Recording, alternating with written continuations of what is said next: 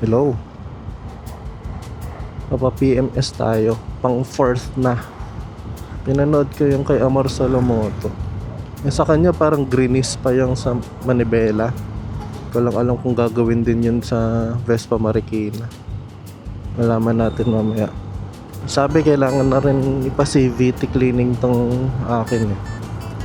Never pa tong napa-CVT cleaning. Kasi napansin ko parang umiingay na siya eh. Baka madumi na nga yung loob. Tignan natin kung ano mga gagawin. Yan na ba to? Kaka 9311 9,311. Ano nakapark dito?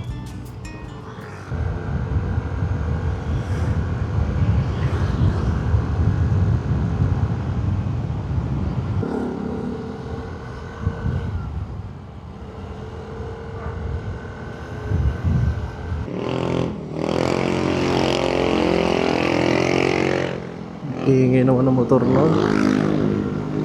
Isa pa yun.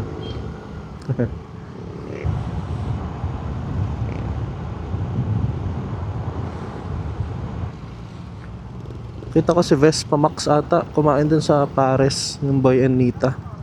Mukhang masarap naman. Gusto ko rin i-try. Init.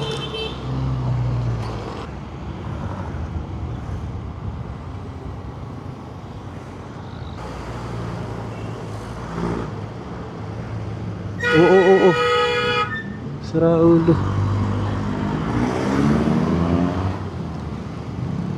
Signal light kasi. Lapit na ako. Pwede kaya akong kainan habang pinipims.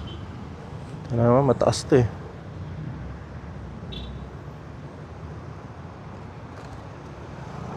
Yun. Papa-PMS po. Dami daw magpapa-PMS ngayon. Nagpa-schedule lang ako bukas ng umaga. Oops. So pala nag-chat ako. Yung last time kasi dumiretso lang ako dito eh. Uwi na muna ako. Ay. Kain ako dun sa Paris kaya 10:30. Ay, mag-11 na.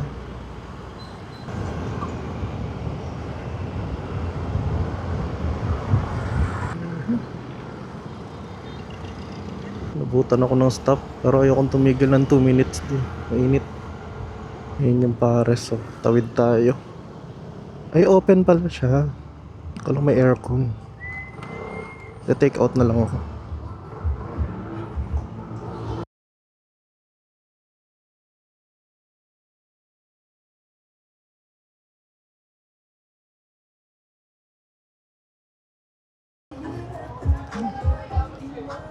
Inaksidenteng motor dito sa intersection.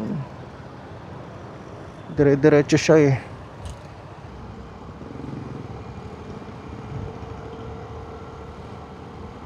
Take out lang ako ng foods.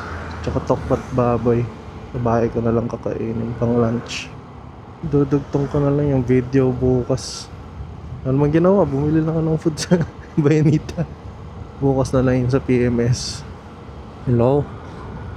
Balik na ulit ako ng Vespa Marikina para sa PMS. Oras na 9:25. Feeling ko sakto naman yung dating ko. Init ngayon.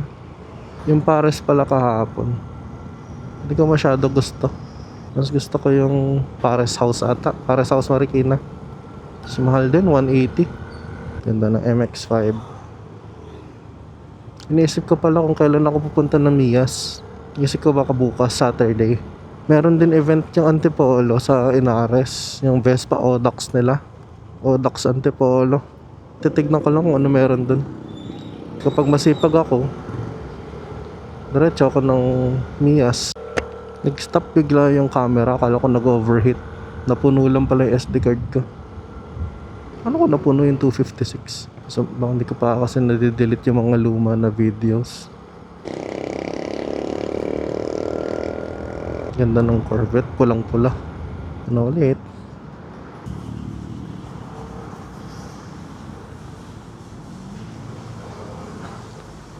Opo, PMS po. Naka-schedule po 10.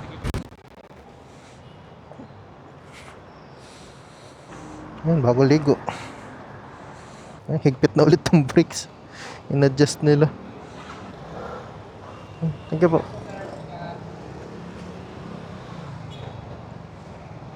Ang lakas ng brakes. Nilinis ata nila yung brakes. Ang lakas sa likod.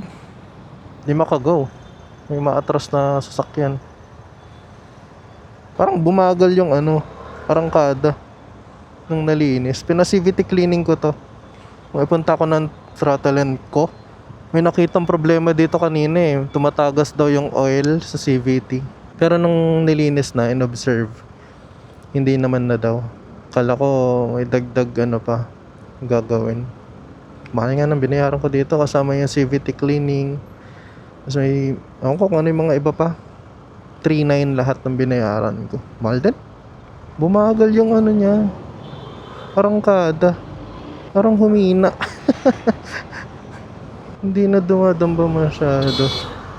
Yun ba yun? Pag ano? Pero yung brakes ko sa likod, ang lakas eh. Anong oras na? 12 na pala, nagugutom na rin ako eh. Hanap din ako ng makakainan. Nakakapanibago yung hatak niya. Ang hina. Humina. Weird. Baka kailangan pang palapatin yung belt. Sa next PMS, kailangan buksan daw ulit yung ano, CVT nito para makita kung may tagas pa rin. Pero sana wala. Kung may tagas, may kailangan daw palitan na ano eh, yung oil seal. Ang bagal ng arangkada niya ngayon. Ganun.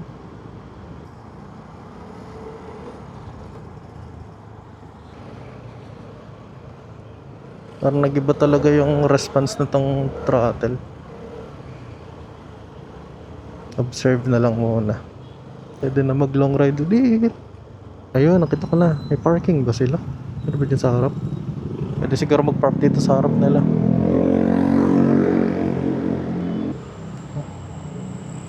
Uwi na. Bili muna ako ng lunch ko. Ibinebenta silang Arai Shield na ano, na smoke. Pero 4.5 eh, mahal. Saka yung mga Kriega na bag. Hala, traffic.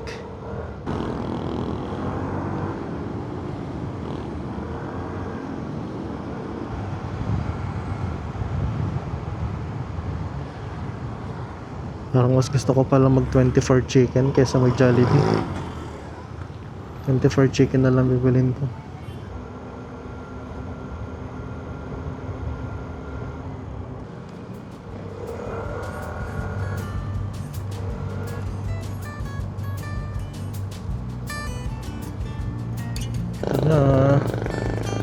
Bili lang ako saglit.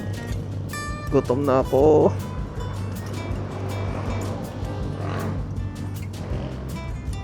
Salubong secured. Uwi na ako. Yun rin lang. Yun lang. Salamat sa panonood. Next time ulit. Bye bye. Ang init ngayon, grabe. Parang nakakatamad lumabas. Parang bumabalik na yung ano, liksi. Ayan. Parang bumalik na siya. Kanina parang ang layo na ng, ang lalim na ng throttle ko pero wala pa rin ang arangkada eh.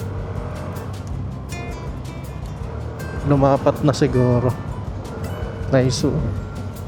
Bye bye.